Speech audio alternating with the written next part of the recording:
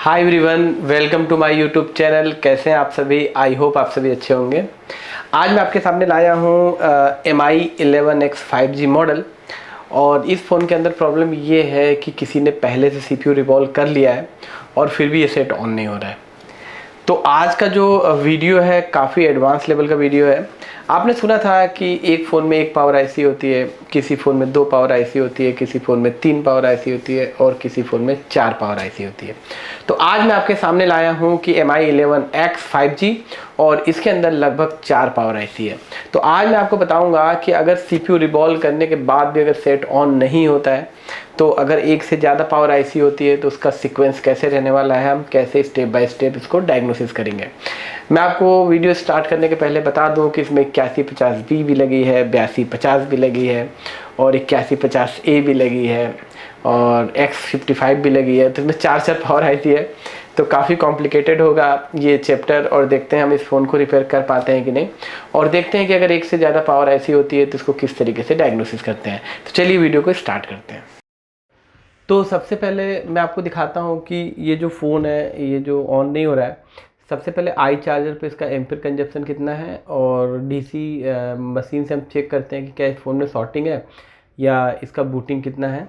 तो सबसे पहले मैं इस फ़ोन को आई चार्जर से लगाता हूँ और फिर देखते हैं कि कितना एम्पीयर कंजप्शन है।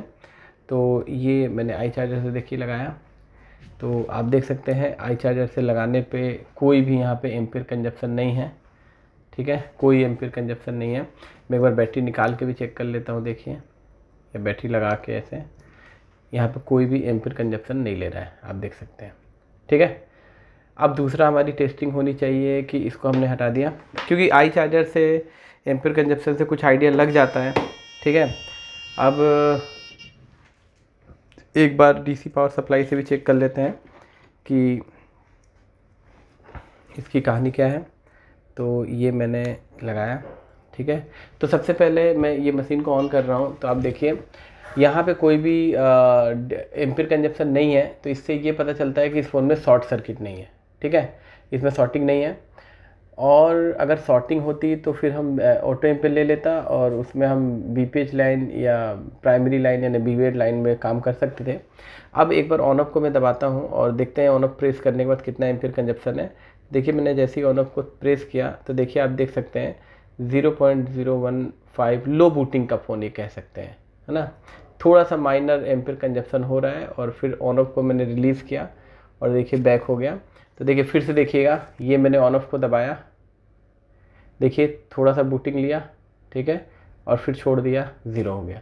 ये इसका फॉल्ट है, मतलब ये लो बूटिंग का फ़ोन है। और मैं आपको बताऊं तो इसका CPU ऑलरेडी रिवॉल्व हो चुका है और रिवॉल्व होने के बाद भी ये सेट ऑन नहीं हुआ, क्योंकि आप सबको पता है कि जब भी लो बूटिंग में फ़ोन आते हैं, जैसे 10 मिलियम 20 मिलियम 30 मिलियम ऐसा आता है फ़ोन, तो ज़्यादातर हम टेक्नीशियंस CPU पे कंसीडर करते हैं कि हाँ CPU का फॉल्ट होता है, और होता भी है। या आई चार्जर पे 0.0102 ऐसे लेता है, तो उस कंडीशन में भी ज़्यादातर CPU का फॉल्ट होता है।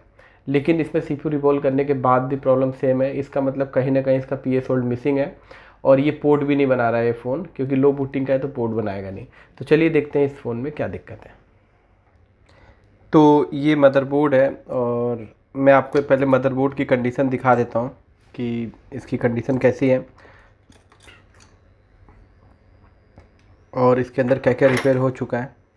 ये सब चीज़ें हम एक बार देख लेते हैं, उसके बाद आगे चलते हैं। देखिए बोर्ड बिल्कुल फ्रेश है, सील्ड। अभी यहाँ पे आप देख सकते हैं, थोड़ा मैं क्लियर कर लेता हूँ कैमरे को। ये यहाँ पे सील्ड कहीं निकली नहीं है और ये इसका बैटरी कनेक्टर है और फ्रेश है। इधर पावर आईसी के साइड में कोई सील्ड कटी नहीं है। और इधर अगर मैं सीपीयू के साइड बात करूँ तो देखिए सीपीयू किसी ने ऑलरेडी, ये आप देखेंगे तो रिवॉल्व कर रखा है। सीपीयू ऑलरेडी इसका रिवॉल्व हो चुका है और सीपीयू रिवॉल्व होने के बाद डबल डेकर है, इसके बावजूद ये सेट ऑन नहीं हुआ है। तो ऐसी सिचुएशन में हमें क्या करना चाहिए? ठीक है, जब भी अगर इस टाइप का प्रॉब्लम आता है तो हमें क्या करना चाहिए? तो सबसे पहले हम एक काम करते हैं, ये जो पावर आईसी वाली साइड है, हम इसकी पूरी सील्ड को ओपन करते हैं। पहले ये स्टील का कवर है और मैं आपको बता दूं कि इस फ़ोन में 4 पावर सप्लाई है, तो हमें पूरी एक एक करके चेक करनी पड़ेगी कि कौन सी पावर सप्लाई में प्रॉब्लम है और क्या इसका PS होल्ड बन रहा है और इसके लिए पहले सील्ड ओपन करते हैं और फिर आगे का प्रोसेस अप्लाई करते हैं।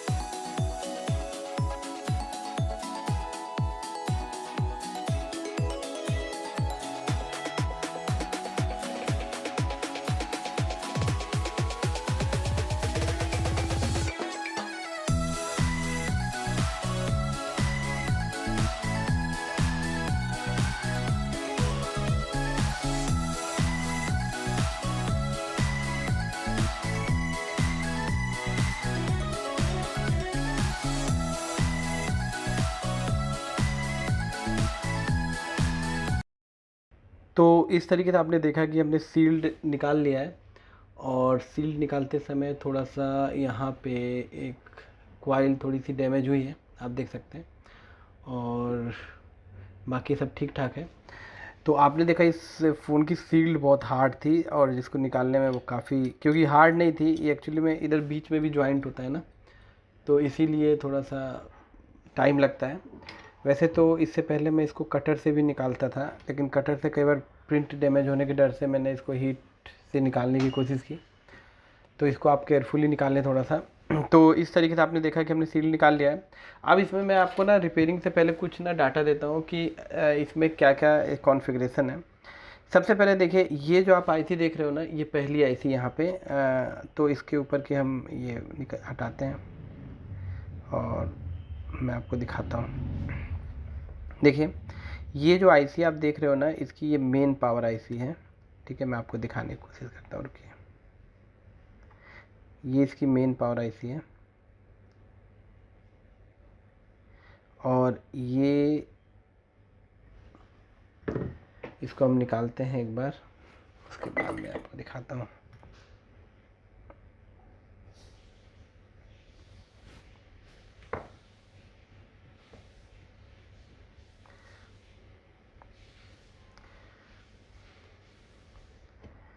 तो आप देख सकते हो, ये जो पावर आईसी है ये है PM8250, PM8250 क्वालकॉम का चिपसेट है, और ये इसकी मेन पावर आईसी है। और आपको तो पता ही है कि पावर आईसी के चारों तरफ जो कॉइल्स होती है, इससे भी पावर आईसी की पहचान होती है। और जो मेन पावर आईसी होती है, यहाँ पे आप देख सकते हैं। तो ये जो मेन पावर आईसी है, बेसिकली ये PM8250 ये बक सर्किट को ऑन करती है, और इसके अंदर LDO सर्किट भी होता है, आप सबको पता है, जो LD डिस्ट्रीब्यूट होती है, ऑन ऑफ को सेंस यही करती है, थर्मल सर्किट को भी सेंस यही करेगी। इस तरीके से कुछ एक्सो की लाइनें इसी से निकलेगी। तो इसके अलावा जो भी हाउस कीपिंग डिपार्टमेंट होता है, ये इसी के अंदर होगा। तो ये इसकी मेन पावर है, जिसका नाम है PM8250। तो एक तो मेन पावर आईसी ये हो गई, ठीक है। उसके बाद से थोड़ा सा हम इधर आते हैं, इधर यहाँ पे। तो देखो, एक और आईसी यहाँ पे लगी है। तो मैं आपको ऐसे बता देता हूँ कि ये कौन सी आईसी है। ये बेसिकली अगर आप इसको ध्यान से देखोगे तो ये जो है, ये आईसी है 8150B शायद है।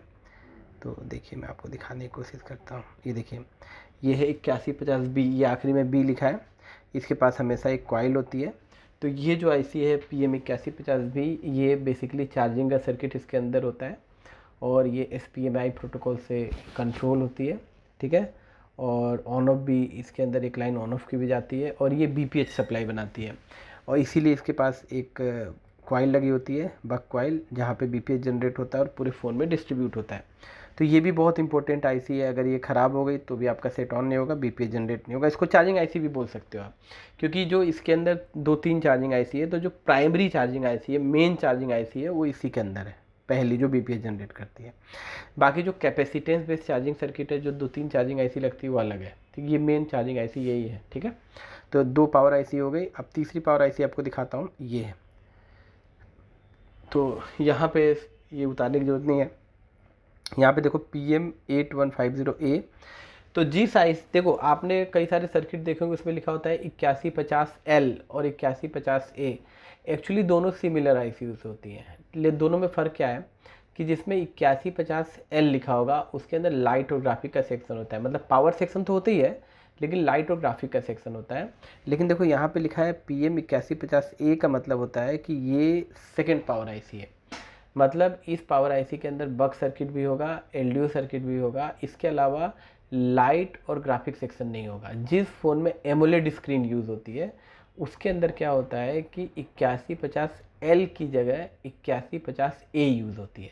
इसके अंदर लाइट और ग्राफिक IC नहीं होगी, क्योंकि लाइट और ग्राफिक के लिए इसमें अलग से एक एमोलेड का ड्राइवर लगाया होगा, ठीक है, इसीलिए इसमें लाइट और ग्राफिक सर्किट नहीं होगा, इसीलिए इसको A से इंडिकेट करते हैं। तो पहली देखो मेन पावर IC ये हो गई, देखिए पहली power IC, second power IC, और ये B वाली, इसको चार्जिंग IC भी बोल सकते हैं, पावर IC भी बोल सकते हैं। 3 पावर IC हो गई। अब चौथी जो एक बहुत इंपॉर्टेंट है वो भी दिखाता हूँ। अब यहाँ पे देखो ये जो पावर IC, इसके पास देखो बहुत सारी बक कॉइल्स लगी हैं, तो ये भी एक पावर IC है। तो इस फ़ोन में लगभग 4 पावर IC है। तो इसके ये थोड़ी सी नई है और इसके बारे में मैं आपको कुछ बताता हूँ, ठीक है। इसको भी अपन उतार लेते हैं।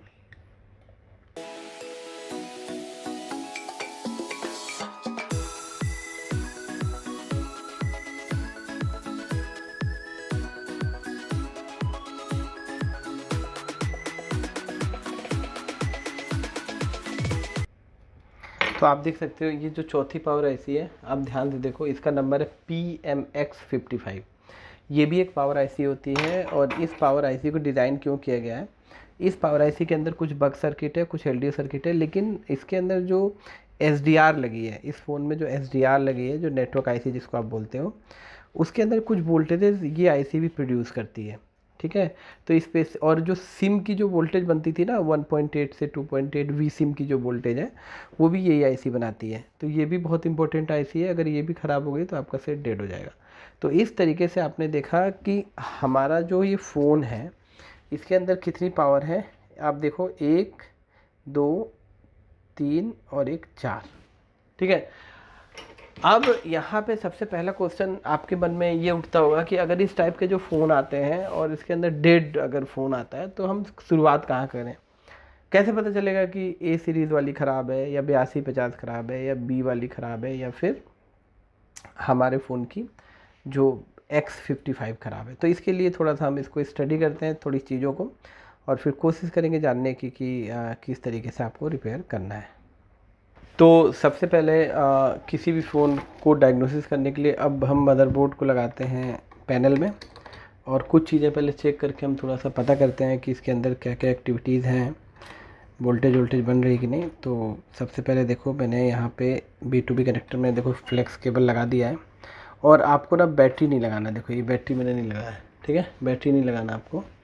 और मैं यहाँ पे चार्जर कनेक्ट कर रहा हूँ, देखिए ये मैंने चार्जर यहाँ पे देखिए कनेक्ट कर दिया है। अब आपको याद होगा जब मैंने चार्जर कनेक्ट किया था तो कोई भी एम्पीयर कंजप्शन नहीं था, और अभी भी कोई एम्पीयर कंजप्शन नहीं है, ठीक है। अब मैं मल्टीमीटर से ना कुछ चीज़ें चेक करने जा रहा हूँ, वोल्टेजेस। सबसे पहले हम, आपको पता है किसी भी फैन में सबसे पहले BPH बनती है, तो आप याद रखना कि जब भी 2 3 4 पावर IC मिले ना, तो अगर B वाली सीरीज़ लगी होगी ना, जैसे यहाँ पे लगी ना B वाली, ये वाली लिखा ना 8150B ये वाली, ठीक है, तो इसी के अंदर चार्जिंग सर्किट है, उसके पास एक कॉइल जो लगी इसके ऊपर BPH बनती है। तो पहला हमारा कंसीडर ये करना है कि यहाँ पे BPH बननी चाहिए, पहला वोल्टेज, उसके बाद ही कुछ होगा। तो यहाँ पे हम एक बार चेक करते हैं BPH बन रही कि नहीं। तो देखिए मैं आपको चेक करके एक स्टेप बताता हूँ। तो मैंने यहाँ थोड़ा ब्लेड लगाया क्योंकि यहाँ पे बहुत कंजस्टेड है। तो पहली वोल्टेज हम चेक करते हैं BPH। तो यहाँ पे आप देख सकते हैं कि 3.0 BPH बन चुकी है। तो पहला तो कॉन्सेप्ट क्लियर है, ठीक है। अब अगर देखिए, अगर आपकी BPH बन गई है, ठीक है, और उसके बाद इस सेट ऑन नहीं हो रहा है, तो आप दूसरी वोल्टेज एक बार चेक कर सकते हो, वॉल्यूम अप या वॉल्यूम डाउन पे एक वोल्टेज चेक कर सकते हो, या फिर EDL पे भी 1.8 चेक कर सकते हो, ठीक है। तो EDL की जो पॉइंट्स है, शायद मेरे हिसाब से ये दोनों में से कोई एक है, इसी को सॉर्ट करने पे पोर्ट वोट बनता है इसमें। तो मैं एक बार ना, ये यहाँ पे है, देखो यहाँ पे ये 2 पॉइंट, तो एक बार मैं EDL चेक करता हूँ कि EDL पे 1.8 बन रहे हैं कि नहीं। तो यहाँ पे देखो, यहाँ पे तो कोई वोल्टेज नहीं है, ठीक है। आपको पता होगा EDL पॉइंट जो होता है उसमें एक फोर्स बूट की लाइन होती है जो CPU से कनेक्ट होती है, और एक पे 1.8 पावर से आते हैं। और इस पर अपन एक बार चेक करते हैं, देखो यहाँ पे EDL पे 1.8 मिसिंग है। और EDL पे अगर 1.8 मिसिंग होने का मतलब ये है कि कहीं ना कहीं बूट सीक्वेंसेस का PS होल्ड इसका नहीं बनेगा, बिल्कुल बनेगा नहीं, क्योंकि ये 1.8 बननी ज़रूरी है, उसके बाद ही सीक्वेंस ऑन होता है। तो एक बार अपन क्या करते हैं कि अब चलते हैं, ये तो यहाँ तो पहली वाली पावर पे अभी बिल्कुल काम नहीं करना है क्योंकि यहाँ BPH बन गई है। अब हम चलते हैं मेन वाली पावर, ये वाली 8250 पे। तो आप देख सकते हो 8250 पे काफ़ी सारी कॉइल्स हैं, आप देख सकते हो। तो एक बार देखते हैं बक बन रही है कि नहीं, एक बार कंसीडर करते हैं बक बन रही है कि नहीं। तो एक बार मैंने ग्राउंड लगाया और एक एक करके हम बक को चेक करते हैं। तो देखिए पहली बक हम चेक कर रहे हैं, तो यहाँ पे देखिए बक मिसिंग है, दूसरी बक यहाँ पे भी मिसिंग है, और तीसरी ये भी नहीं बन रही, और चौथी यहाँ पे भी बक नहीं बन रही, पांचवी नहीं, छठी नहीं, बिल्कुल बक नहीं बन रही। लेकिन एक बार देखते हैं BPH आ रही है कि नहीं आ रही। देखिए BPH तो आ रही है, यहाँ देख सकते हैं BPH यहाँ पे आ रही है, लेकिन बक बिल्कुल भी ड्रॉप है। देखो यहाँ पे, ये देखो बक बिल्कुल नहीं बन रही, ठीक है। तो यहाँ पे बक मिसिंग है, पहली पावर की बक नहीं बन रही। देखिए लेकिन यहाँ पे BPH आ रही है, आप देखो ध्यान से, यहाँ पे BPH आ रही है लेकिन बक ड्रॉप है। देखो यहाँ पे इस IC को ऑन होने के लिए यहाँ पे BPH आ रही है लेकिन बक नहीं बन रही, ध्यान से देखिएगा। उसके बाद से दूसरी ये वाली जो पावर है इस पर भी चेक करते हैं, ठीक है। तो यहाँ पे अगर हम चेक करें, थोड़ा केयरफुली करना होता है, शॉर्ट ना हो, इसीलिए मैंने ब्लेड लगाया। तो यहाँ पे देखो, यहाँ पे कोई भी बक नहीं है, बिल्कुल बक ज़ीरो है एकदम। ये कॉइल इसी से शायद कनेक्ट है, देख लेते हैं। यहाँ पे भी नहीं बनी, यहाँ पे भी नहीं बन रही बक। देखिए इसकी बक ड्रॉप है, ठीक है। देखिए कई बार क्या होता है कि CPU अगर सही से इंस्टॉल ना हुआ हो ना, तो अब भी बग ड्रॉप हो जाती है, ये भी आप ध्यान में रखिएगा, क्योंकि इसका CPU ऑलरेडी किसी ने रिवॉल्व किया है, ठीक है। उसके बाद यहाँ पे देखते हैं PMX। तो जब इधर बक नहीं बनी तो इधर तो बनने का कोई सवाल पैदा नहीं होता, लेकिन फिर भी मैं एक बार चेक कर लेता हूँ। यहाँ पे भी नहीं है,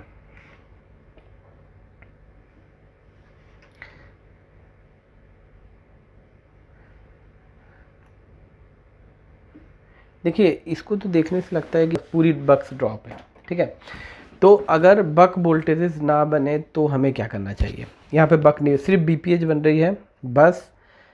ऑन ऑफ पे अगर मैं चेक करूँगा तो हो सकता है ऑन ऑफ पे मिल जाए, क्योंकि ट्रिगर हो रहा था फ़ोन। वॉल्यूम अप डाउन पे हो सकता है मिल जाए, लेकिन इसके बाद कोई भी बक नहीं बन रही, और बक नहीं बन रही तो फिर LDO बनने का कोई सवाल पैदा नहीं होता।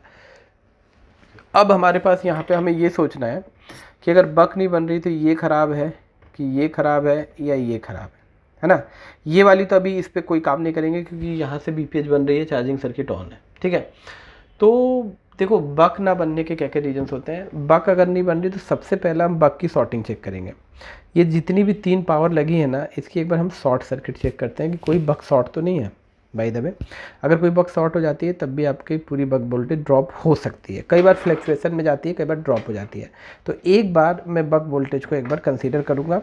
इसके लिए मैं मल्टीमीटर की एक पिन को ग्राउंड लगाऊंगा और चेक करूंगा कि कोई भी बक की रीडिंग 0.000 नहीं आनी चाहिए, ठीक है। तो हम एक एक करके स्टार्ट करते हैं। तो पहली पावर से तो मैं चार्जर निकाल देता हूँ। देखिए मैं चार्जर, क्योंकि बक की हम अब रीडिंग चेक करना है। ये देखिए मैंने चार्जर निकाल दिया है और बक की हम रीडिंग एक बार चेक करते हैं यहाँ से, ठीक है। तो मल्टीमीटर को मैंने डायोड मोड पे देखिए कर लिया, और मैं रेड वाली पिन को वैसे ग्राउंड लगाना चाहिए, लेकिन मैं रेड को नहीं लगा रहा हूँ मैं ब्लैक ग्राउंड लगा रहा हूँ क्योंकि मैंने ये जो ब्लेड लगाई है रेड वाले में, इसी से चेक करूँगा रीडिंग। हमें बस ये कंसीडर करना है कि किस कॉइल की रीडिंग 0.000 आएगी तो वो शॉर्ट मानी जाएगी, क्योंकि बक के शॉर्ट होने से भी बक ड्रॉप हो जाती है। तो देखिए एक एक करके हम चेक करते हैं। तो पहली बक की रीडिंग देखिए है 0.016, ये शॉर्ट नहीं है, लो रीडिंग की कॉइल्स हैं। और दूसरी देखिए यहाँ पे ये भी शॉर्ट नहीं है। तीसरी बक ये भी शॉर्ट नहीं है। और चौथी देखिए ये भी शॉर्ट नहीं है। पांचवी ये भी शॉर्ट नहीं है। छठी ये भी ठीक है, ये भी ठीक है, ये भी ठीक है, देखिए ये भी ठीक है। और ये लास्ट वाली देखते हैं, ये भी ठीक है। तो आप देख सकते हैं कि बक कॉइल की जो रीडिंग्स हैं प्रॉपर हैं। तो पहली जो पावर आईसी है इसकी बक में कोई भी इशूज़ नहीं है, मतलब शॉर्ट नहीं। अगर एक भी बक शॉर्ट होती तो हो सकता था पूरी बक ड्रॉप हो जाए। अब हम दूसरी पावर आईसी पे चलते हैं यहाँ पे, और इसकी एक बार शॉर्टिंग चेक कर लेते हैं बक की। ये है PM8150A। अगर L होती तो लाइट और ग्राफिक इसके अंदर होता। ये जो आईसी आप देख रहे हैं ये भी एक मेन पावर आईसी की तरह ही है। ये आईसी जो होती है इसके अंदर बक सर्किट होता है, LDO सर्किट होता है, और इसके अंदर BOB का सर्किट होता है जो 3.7 बनता है और पूरे फ़ोन में डिस्ट्रीब्यूट होता है पैरेलल VPH। ठीक है, तो इसकी अब एक बार रीडिंग ले लेते हैं अपन।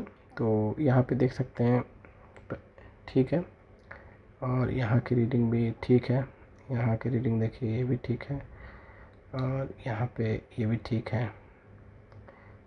और यहाँ पे शॉर्टिंग है क्या? नहीं, ये शॉर्टिंग तब मानेंगे जब 0.00 आए। और यहाँ पे देखिए ये भी ठीक है,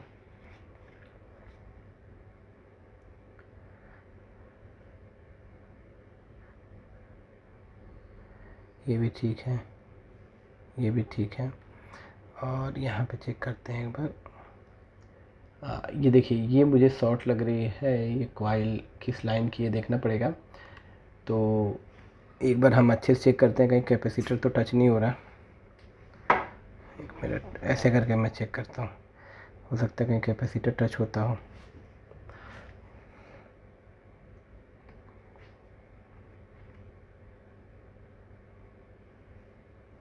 हाँ, ये देखिए ये कॉइल आपकी शॉर्ट है। ठीक है, इसी बक के शॉर्ट होने से पूरी बक ड्रॉप हो गई है। अब मैं आपको दिखाता हूँ कि ये जो बक लाइन है, ठीक है, ये जो कॉइल है किस लाइन की बक है और क्यों इसके शॉर्ट होने से हमारा फ़ोन कम्प्लीटली डेड है। तो इसके लिए अपन को एक बार सर्किट पे चलना पड़ेगा। ठीक है, तो एक बार हम सर्किट को ओपन करते हैं और फिर देखते हैं इसके अंदर। तो मैं आपको एक बार सर्किट ओपन करके दिखाता हूँ, देखिए।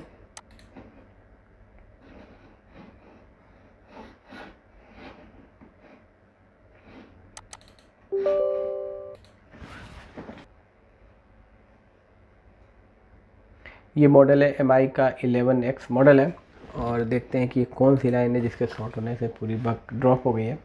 क्योंकि अगर आपके फ़ोन में एक भी बक अगर शॉर्ट हो जाती है तो ऐसी सिचुएशन में फिर आपके फ़ोन में और बक पे इम्पेक्ट पड़ता है। ठीक है, तो ये देखना पड़ेगा अपन को।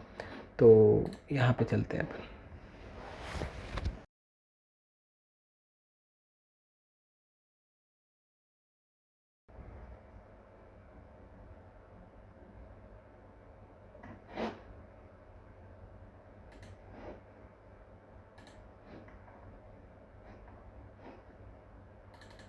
ये लिनक्स का स्कीमेटिक है हमारे पास, तो इससे ईज़िली पता चल जाएगा ये कौन सी लाइन है।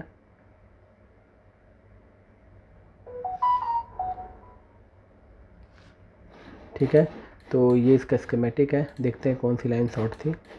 तो ये वाली जो हमारी आईसी थी, ये वाली कॉइल शॉर्ट थी, तो ये कॉपी करते हैं और यहाँ पे हम पेस्ट करते हैं, आप देख सकते हो। अच्छा, देखिए ये BOB की लाइन है, इसको BOB बोलते हैं। ये जो BOB की कॉइल शॉर्ट होने का मतलब ये है कि 100% आपकी PM8150A आईसी शॉर्ट हो गई है। और इसी क्योंकि देखिए ये जो BOB की कॉइल का एक सिरा इसी आईसी में जुड़ा होता है, और BOB का कॉइल का जो दूसरा सिरा होता है वो भी इसी आईसी में जुड़ा होता है। और ये कॉइल 0.47 माइक्रो हेनरी या कई फ़ोन में 1 माइक्रो हेनरी की लगती है। तो इसी कॉइल के शॉर्ट होने से हमारा जो पावर आईसी 8150A डिसेबल हो गई है और इसी रीज़न है, यही रीज़न है कि और भी जो आईसीज हैं उनकी बग ड्रॉप हो गई है। तो सबसे पहले रिपेयर करने के पहले मैं आपको ना बीओबी के बारे में कुछ एक्सप्लेन करता हूँ। अगर आपने बीओबी के बारे में आपको नॉलेज नहीं है तो आप मेरे प्रीवियस वीडियोज़ में देख सकते हैं, मैंने एक बीओबी का बहुत बड़ा चैप्टर ही डाला है कि बीओबी क्या होता है, बीओबी सर्किट कैसे काम करता है और बीओबी कहाँ कहाँ डिस्ट्रीब्यूट होती है। लेकिन फिर भी मैं यहाँ पे थोड़ा सा डिटेल देता हूँ।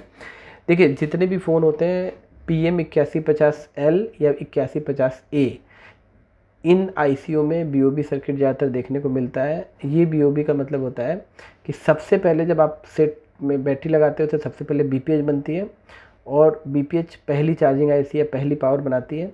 उसके बाद से दूसरी सबसे प्राइमरी वोल्टेज बनती है बीओबी, मतलब बीपीएच बन के आती है इस आईसी में और यहाँ पे बीओबी वोल्टेज बन जाती है। अब ये जो बीओबी होती है उसके लिए कॉइल लगी होती है, इसके अंदर स्विचिंग होती है।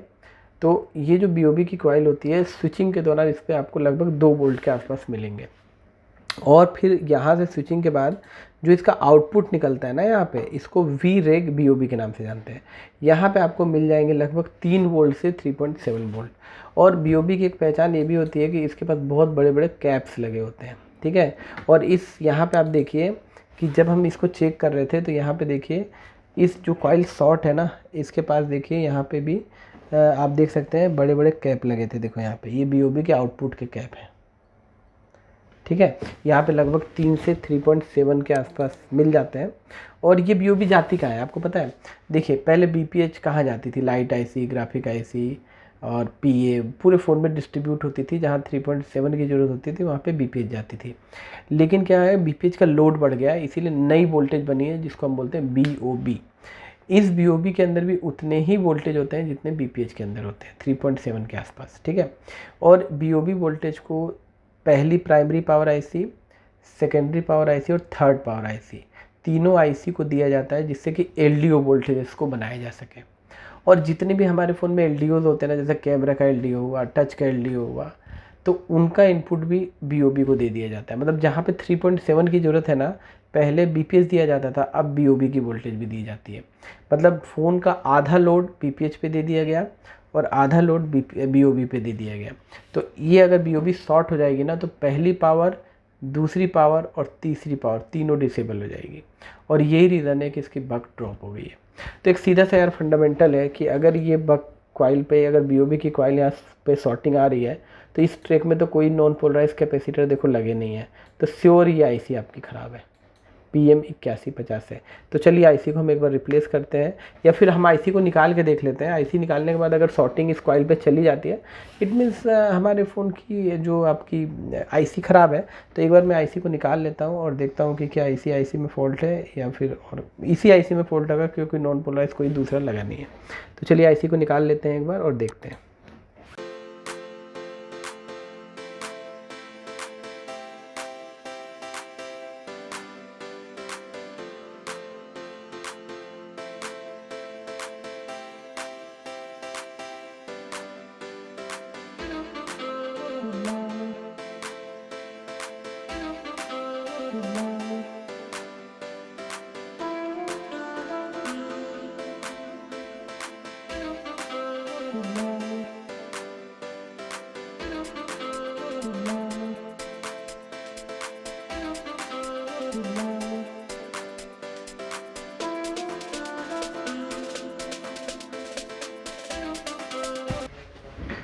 तो इस तरीके से आप देख सकते हैं कि आईसी निकाल लिया है मैंने।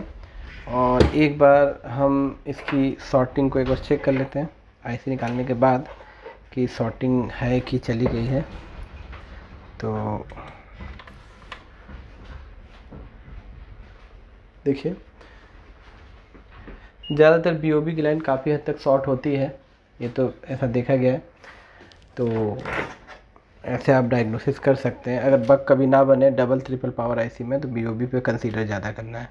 तो ये वाला था ना, तो यहाँ पे तो रीडिंग सही आ ही रही थी, आपने याद होगा। लेकिन अब यहाँ की रीडिंग ले लेते हैं। तो आप देखिए रीडिंग नहीं आ रही है, इसका मतलब शॉर्टिंग हट चुकी है, और आईसी लगाएंगे तो फिर रीडिंग आ जाएगी, लेकिन शॉर्ट सर्किट नहीं होना चाहिए। तो इस तरीके से इतना कंफर्म हो गया कि हमारी आईसी के ही ख़राब होने से बीओबी शॉर्ट थी, और बीओबी शॉर्ट हो गई थी तो 3.7 पूरे फ़ोन में डिस्ट्रीब्यूट नहीं हो रहे थे, इसीलिए आपकी बक भी ड्रॉप हो गई थी। तो अब हम नई पावर आईसी को लगाते हैं, ठीक है, और फिर देखते हैं कि बीओबी की कंडीशंस क्या है।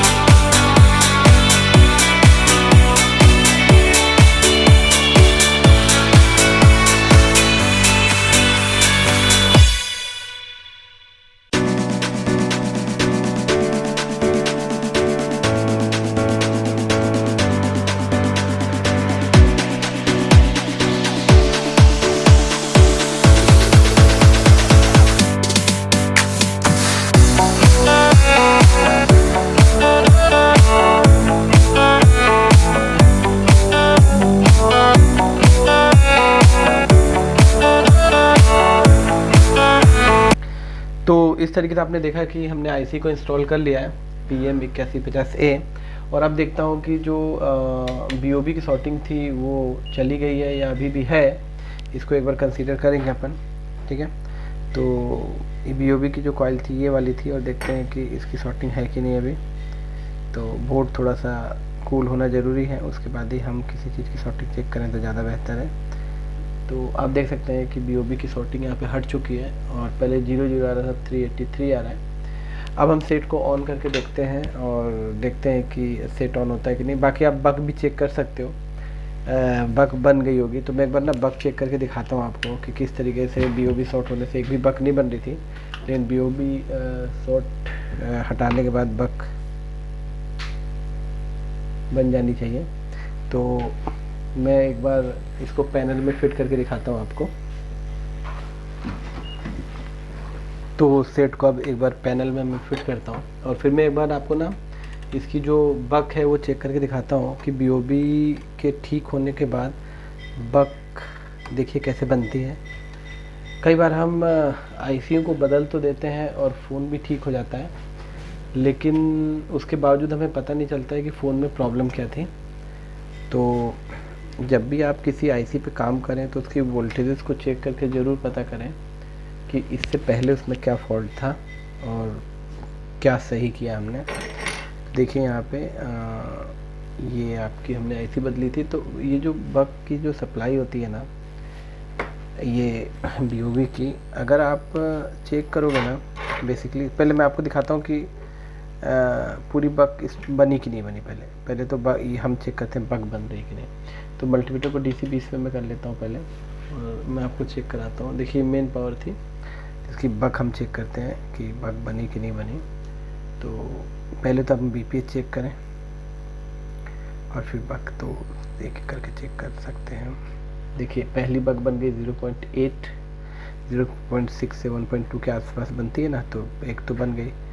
और यहाँ पे चेक करते हैं, कुछ बग नहीं बनती है, कुछ बग, ये देखिए दूसरी भी बन गई 0.8, यहाँ पे बन गई। और यहाँ पे चेक कर सकते हैं ये कैपेसिटर्स पे, देखो 0.8 बन गई, ठीक है। और ये बीओबी है ना, इस कॉइल पे जब चेक करेंगे स्विचिंग के दौरान 2 वोल्ट होते हैं, और ये आउटपुट इन कैपेसिटर पे निकलेगा 3 वोल्ट से 3.7, तो इसका अंदर बीओबी बन गया। तो मैं देखो चेक कर रहा हूँ, देखिए 3.3 बन गया, मतलब हमारा जो ये फॉल्ट था वो ठीक हो चुका है। अब हम सेट को एक बार ऑन करके देखेंगे, तभी पता चलेगा कि सेट ऑन हुआ है कि नहीं। तो मैं एक बार बैटरी को भी चेक कर लेता हूँ, बैटरी चार्ज हो तो इसी से ऑन हो जाएगा फ़ोन। तो एक बार बैटरी को चेक कर लेते हैं एक बार। बैटरी भी लगभग चार्ज है। अब मैं फ़ोन के अंदर लगाता हूँ बैटरी, ठीक है, और फ़ोन को एक बार ना हम ऑन करके देखते हैं कि फ़ोन ऑन हो रहा है कि नहीं। तो आप देख सकते हैं कि ये फ़ोन ऑन हो चुका है। तो इस तरीके से आपने देखा कि एक BOB लाइन के शॉर्ट होने से पूरी बक वोल्टेजेस ड्रॉप हो गई थी और सेट डेड हो गया था। कई बार लो बूटिंग के जितने भी फ़ोन आते हैं, मैं आपको एक बार दिखा भी देता हूँ। ये सेट देखिए ऑन हो गया, और एक बार मैं इसमें चार्जिंग लगा के भी आपको दिखा देता हूँ कि चार्जिंग की कंडीशन क्या है।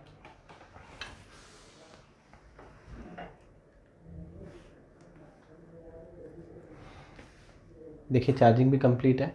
तो जब भी लो बूटिंग के फ़ोन आते हैं तो ये सच्चाई है कि कई बार CPU को रिवॉल्व करने से आपका सेट ओके हो जाता है।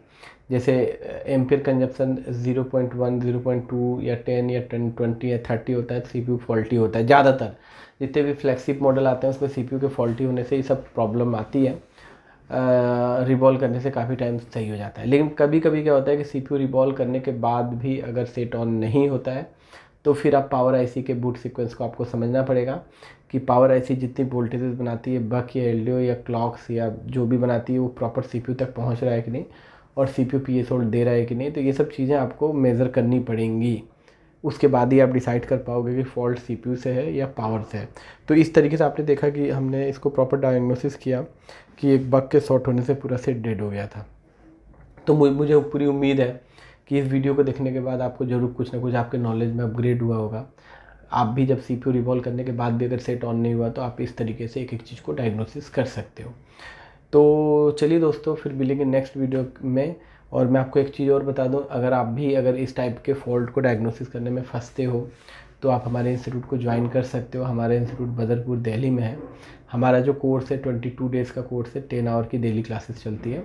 इसके अंदर हम आपको एक तरीका बताते हैं कि अगर CPU को रिवॉल्व कर लिया और फिर भी सेट ऑन नहीं हुआ तो फिर पावर IC को स्टेप बाय स्टेप कैसे डायग्नोसिस करना है। अब जैसे यही मीडियाटेक का फ़ोन होता तो उसका कॉन्सेप्ट ही अलग होता। अगर वही क्वालकॉम में सिंगल पावर तो उसका क्या कॉन्सेप्ट होगा, डबल पावर उसका क्या कॉन्सेप्ट होगा, ट्रिपल पावर उसका क्या कॉन्सेप्ट होगा। तो अगर आपको थोड़ा आइडिया हो जाता है कि पहली पावर के लिए कौन कौन सी वोल्टेज चेक करके पता करेंगे कि वो ठीक है कि नहीं, दूसरी पावर या तीसरी पावर, तो आप थोड़ा सा डिसीजन ले सकते हो कि मुझे काम कहाँ करना है। तो चलिए दोस्तों, फिर से मिलेंगे नेक्स्ट वीडियो में। तब तक के लिए आपका बहुत बहुत धन्यवाद।